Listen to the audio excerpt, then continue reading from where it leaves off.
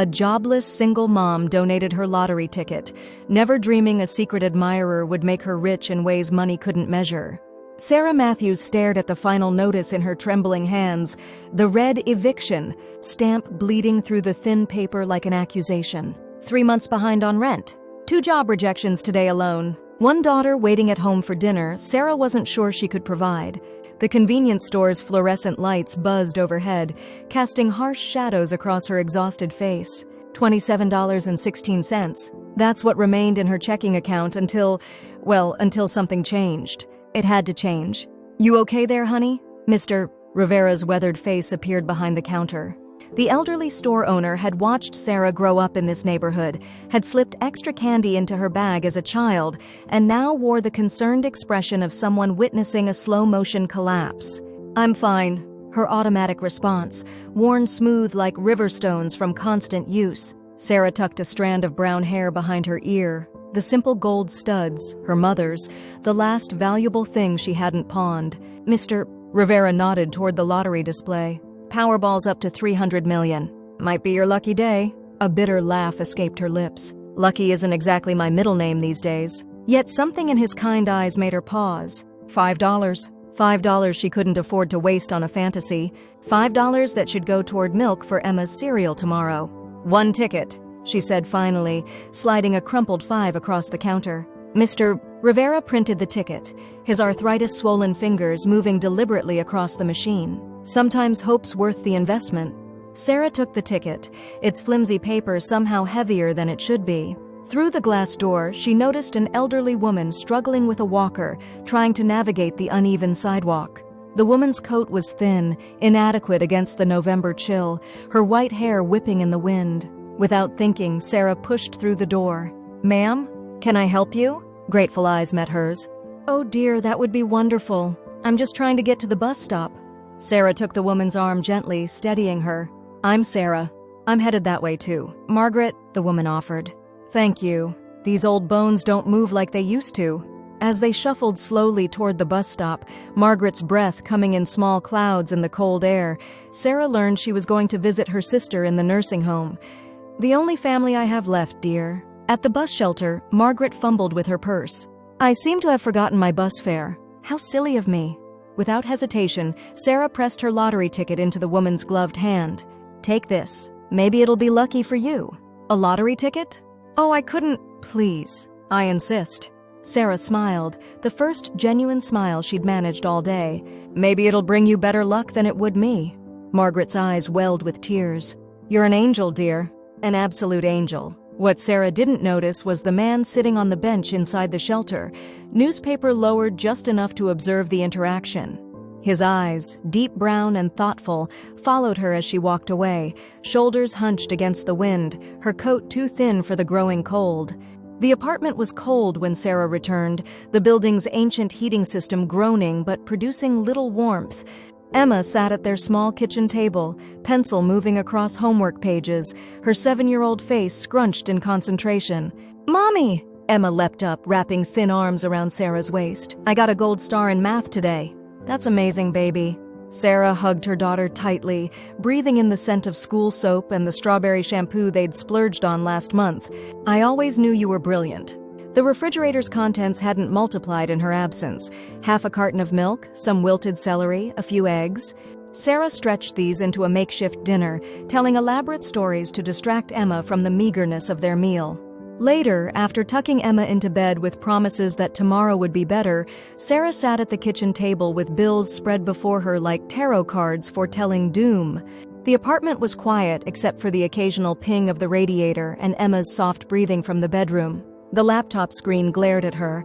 Another job application, another cover letter explaining why the gap in her employment history wasn't her fault, how being laid off from the accounting firm after her maternity leave coincided with company restructuring, how the subsequent positions had all been temporary, each one ending before she could get ahead. Her phone buzzed with a text from the temp agency. Another rejection. Sarah closed her eyes, pressing her fingertips against the lids until she saw bursts of color in the darkness. Just keep breathing, she told herself. Just keep moving forward. 3 days later, Sarah was leaving another failed interview. "We'll keep your resume on file." when her phone rang with an unknown number.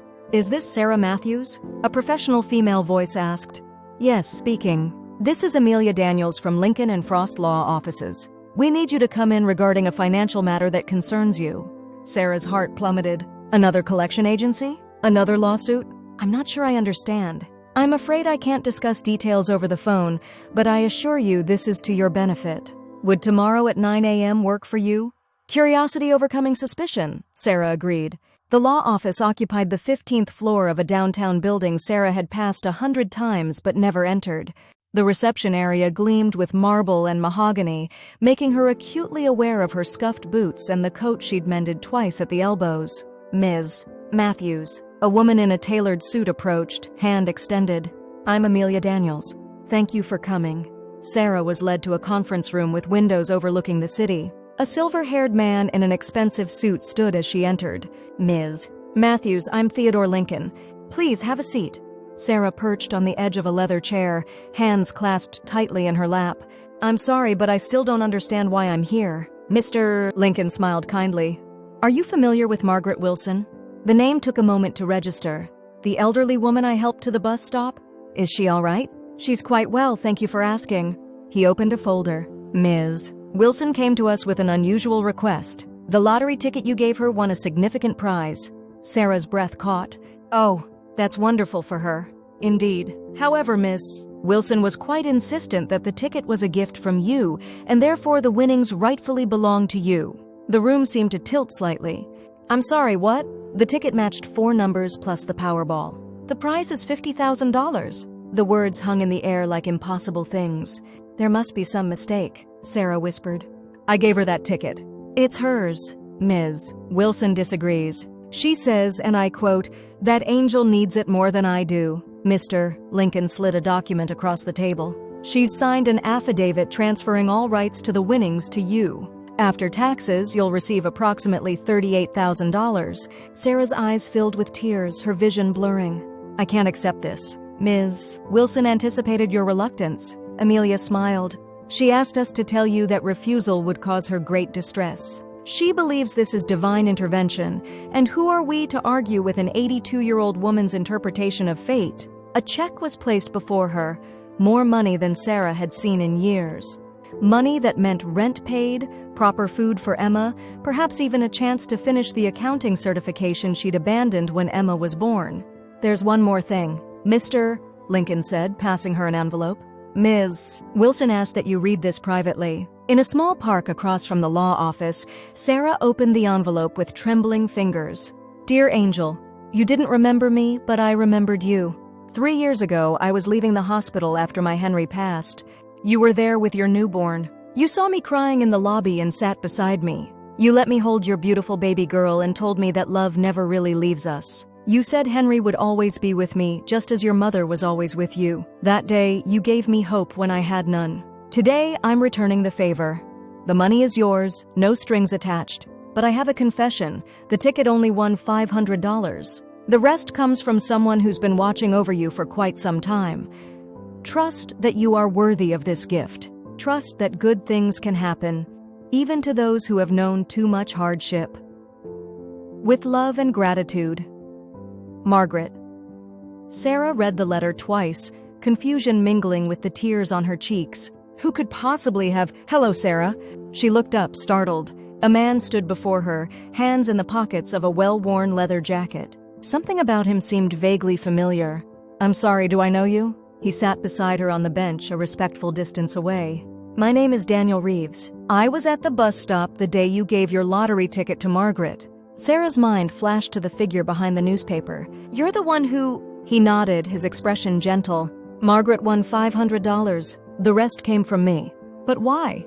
"You don't even know me." Daniel looked out across the park, a small smile playing at his lips. 4 years ago, I was in a pretty dark place. My wife had died the year before. Cancer. I was drinking too much, working too little.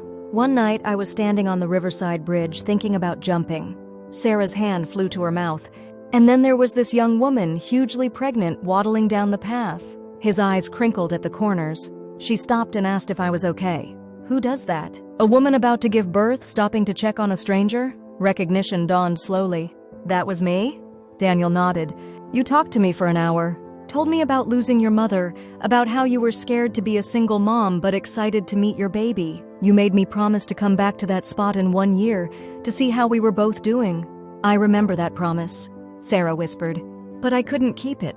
Emma came early. There were complications. I know. I went back anyway. Then I started looking for you. Took me almost 3 years to find you again. But the money, I got sober after meeting you. Went back to work. Made some good investments. He shrugged. I've been watching you struggle for months trying to figure out how to help without scaring you. When I saw you give away that lottery ticket, even though you clearly needed the money yourself, he shook his head in wonder. You've been, what, following me? Daniel winced. That sounds creepy. I'm not a stalker, I promise. I own the coffee shop across from your apartment building. I see you walk Emma to school every morning. Sarah's mind reeled. The coffee shop owner. The quiet man who sometimes nodded to her, who once chased after her when Emma's mittens fell on the sidewalk. Why didn't you just introduce yourself? What would I say? Hi, you saved my life once, and I've been quietly obsessed with making sure you're okay ever since. He laughed softly. Besides, I could see things were tough. I didn't want to add any pressure or expectations. Sarah stared at the check in her hands.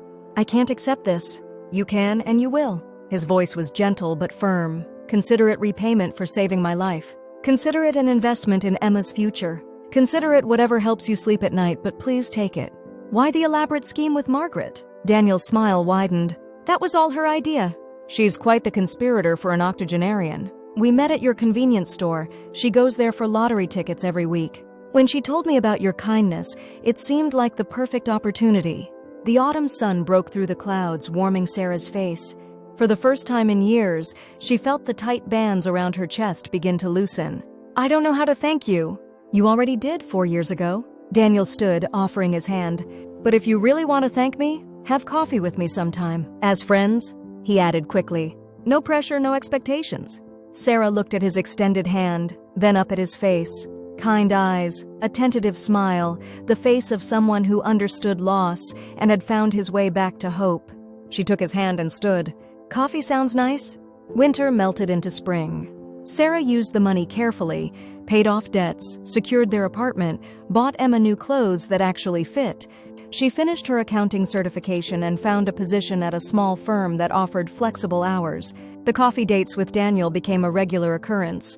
At first just once a week, then twice. They moved slowly, two people who had known profound loss learning to trust again. Emma adored him immediately. He tells the best stories, Mommy, she declared after Daniel spent an afternoon teaching her to play chess in the park. On a warm June evening, nearly 7 months after the lottery ticket, Sarah and Daniel sat on her small balcony, watching the sunset paint the sky in shades of pink and gold. I have something to show you, Sarah said, disappearing inside. She returned with a small box. Daniel raised an eyebrow as she placed it in his hands. Inside was a lottery ticket, protected in a clear frame. It's for this week's drawing, Sarah explained. I bought it this morning. Are you giving away my millions? Daniel teased. No. Sarah took his hand. I'm making a new promise. Every year on this date, we buy 1 ticket. Not because we need the money now, but to remember. Remember what?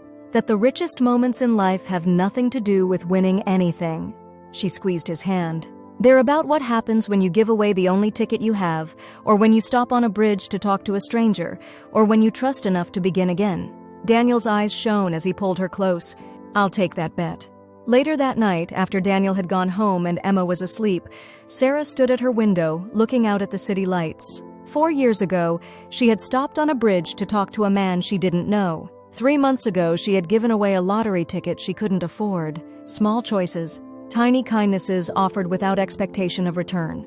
She touched the gold studs in her ears, her mother's final gift, and smiled. The universe had mysterious ways of balancing its accounts. Sometimes you had to lose everything to discover what you were truly worth. Sometimes the richest gifts came disguised as simple human connection. Sarah Matthews, once a jobless single mom who had donated her last lottery ticket, now understood that her secret admirer had made her rich in the only currency that truly mattered: the courage to believe in tomorrow, the capacity to trust again, and the knowledge that even in our darkest moments, we are never truly alone.